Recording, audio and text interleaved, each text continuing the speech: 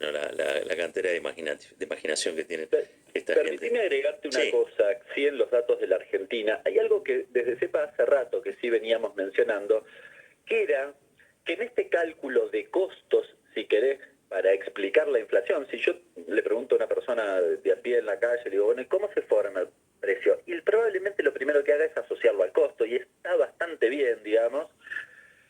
Ahora, ¿qué veníamos diciendo nosotros? Que en la Argentina la evolución de los precios estaba disociado de los costos. Entonces, de hecho lo busqué hoy a la mañana, nosotros habíamos hecho el cálculo de la inflación entre diciembre del 19 y diciembre del 22, la inflación fue de aproximadamente el 300%, y ninguno de los costos clásicos explicaba eso. Paso a relatarte los datos. Por ejemplo, el dólar oficial se había movido 190%. La brecha estaba más o menos, o estaba en ese momento alrededor del 100% y se había reducido del momento previo. La nafta aumentó 180%, las tarifas 170% y lo que más se acerca a la inflación eran los salarios con 296%, pero ninguno por encima. Bien. Entiendo. Esta es una especie de aproximación a ese propio informe que hicieron estos economistas del Fondo Monetario. Es decir, cuando yo sumo todos los costos, ninguno me explica el nivel inflacionario. Y peor aún, aquí en la Argentina habría que agregar el componente oligopólico, porque si yo miro, por ejemplo, en términos interanuales, no ya desde el 19, sino en el último año, y tomo algunas empresas oligopólicas, encuentro que el azúcar aumentó 270% contra una inflación del 114, perdón. ¿Qué pasó? Los pañales, 174%. Los fideos, 157%. El aceite, 150%. La cerveza y la gaseosa, 145%. Todo ese adicional por sobre la inflación. ¿De dónde vino? Y obviamente todo ese adicional tira la inflación para arriba también, que es lo que dicen finalmente estos economistas, ¿no? Pregunta si trascendió algo del acuerdo que va a hacer Massa con el fondo. ¿Hay algo allí dando vueltas? ¿Es por 6 meses, como dicen? ¿Cuál sería el beneficio en relación a lo que había? No tenemos información en particular, pero en virtud de las declaraciones lo que uno está viendo es que, como ya hizo el ministro en algún momento, juntó revisiones y aprobó revisiones de manera anticipada, lo cual le permitiría o podría aspirar a dos cuestiones. Primero, que la revisión ya no sea un problema y no la tengas soplándote la nuca, sobre todo en la etapa electoral. Pero además, si hay aprobación, es posible aspirar a que haya desembolso, que es básicamente la intencionalidad que había, es decir, que haya un adelantamiento de los desembolsos. Ayer, de todas formas, Massa dijo dos cosas que a mí me parecen muy interesantes. La primera dijo, hay que pagarle al fondo y hay que sacárselo de encima para siempre. Sí. Una definición muy interesante, yo no la había escuchado en boca del ministro anteriormente, y me parece, y dijo, esto tiene que ser una cosa que desvele al próximo presidente. Y la segunda cuestión, contó una anécdota que fue muy ilustrativa sobre el tema del gasoducto, no sé si lo escucharon, que se la sugiero, la subió Julia Estrada a sus redes, si no me equivoco. Creo que tenemos acá el videíto. Lo pasamos muy... temprano, pero sí, contalo. Ah, bueno, no, es muy interesante porque dice, bueno, dice, el fondo me decía que no hagamos el gasoducto, que lo dejemos para adelante. Y dice dos cosas. Dice, primero, que Macri cedió a ese mismo planteo con el Fondo Monetario y suspendió el gasoducto en 2019. Y la otra hace una reflexión que a mí me pareció muy interesante. Dice, bueno, si nosotros no hacemos el gasoducto, ¿qué significa? Primero, que no tenemos los dólares para atender los problemas de la economía argentina. Pero además dice, hay un problema y una discusión de fondo que es el desarrollo. Están impidiendo nuestro propio desarrollo. No era que venían a ayudarnos, esta parte un poco la agrego yo, pero digo, la reflexión iba hacia ese lugar.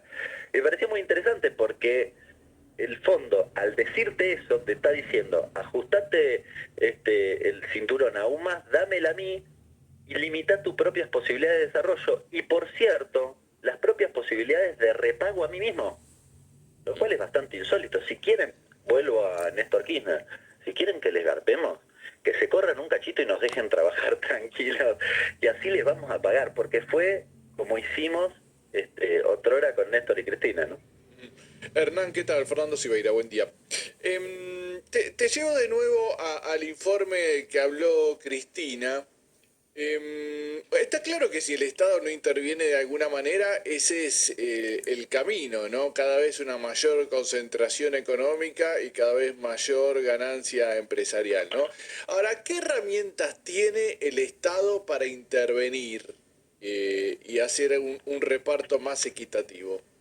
Bueno, primero hay que hacérselo entender, diría, buena parte de la dirigencia, porque, no sé, Carrió en 2019, perdón, en diciembre del 22, me corrijo, cuando se aplica, en noviembre se aplica el precios justos. La inflación de los alimentos baja 3,5 de ese mes. Uno a veces se olvida de eso, pero pasó. En diciembre, Lilita Carrió hace una denuncia en la justicia contra los gremios que controlaban precios.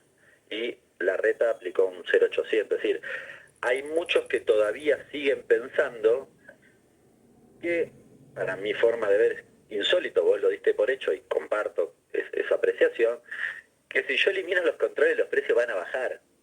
Parece una cosa bastante insólita y de hecho así sería.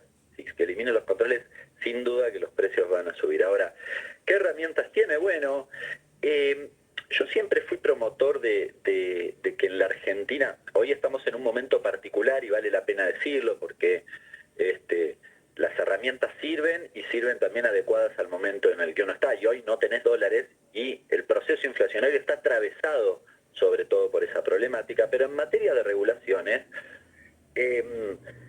la Argentina tiene una ley que se llamó Observatorio de Precios y Costos, que siempre fue una herramienta interesante porque te permitía indagar adentro de la cadena de producción y comercialización lo que dijeron los economistas del fondo, los márgenes de rentabilidad.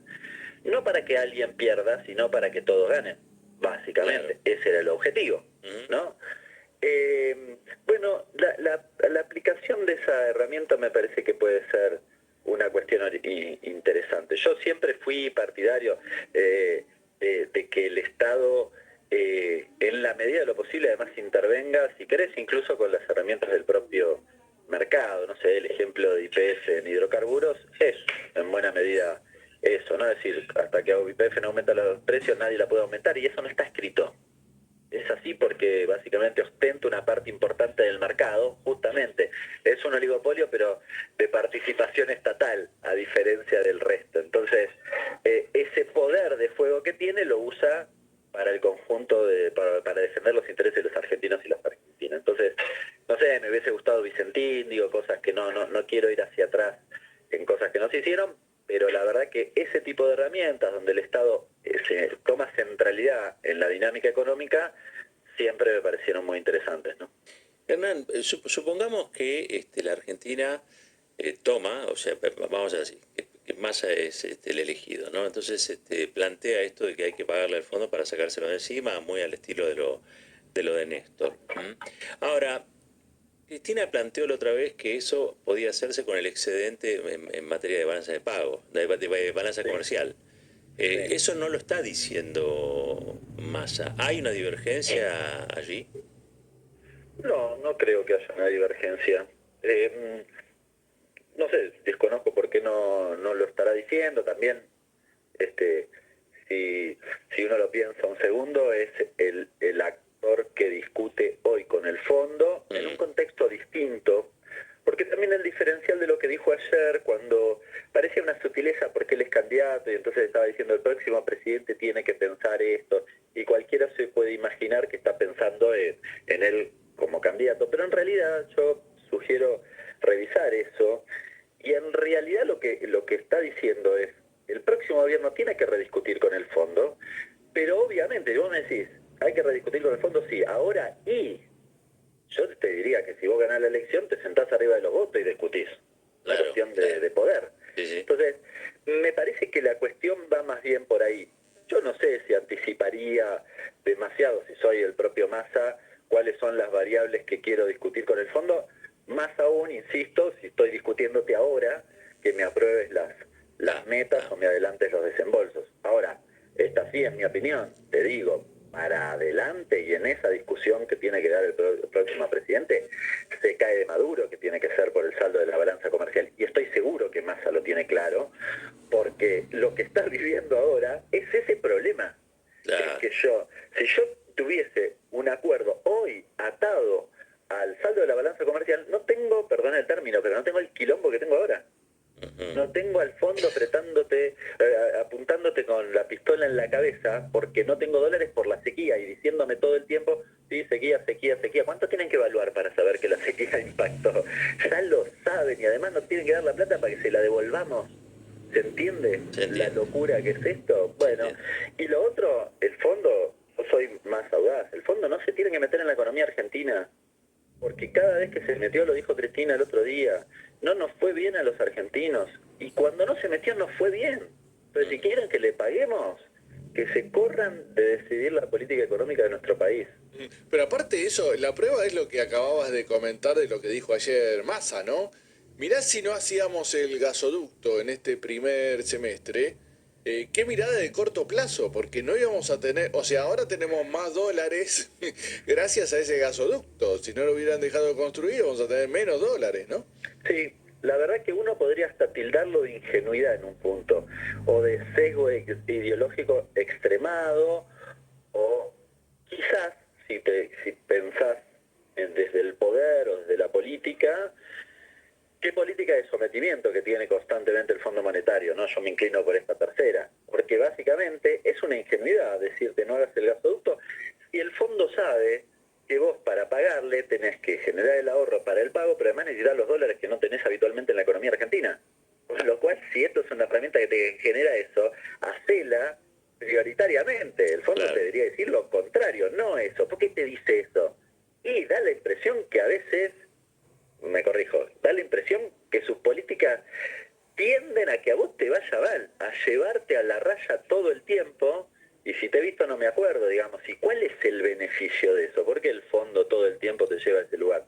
Bueno, me da la impresión que hay una política constantemente de disciplinamiento para que la Argentina no tenga posibilidades de mostrar soberanía, independencia económica y demás. Es más, si lo pienso desde esa óptica y hago un periodo más largo, digo, cuando nos dieron los 57.000 millones, que finalmente fueron 45.000 millones de dólares, en buena medida nos estaban respondiendo al pago cash que hizo Néstor y Lula allá por principios de 2006, finales de 2005, donde nos lo sacamos de encima. Ese desembolso hizo que la Argentina ganara muchísimos márgenes de libertad, que después permitió aplicar la AUH, la actualización, la jubilación, un montón de cosas que no hubiésemos hecho con el fondo acá.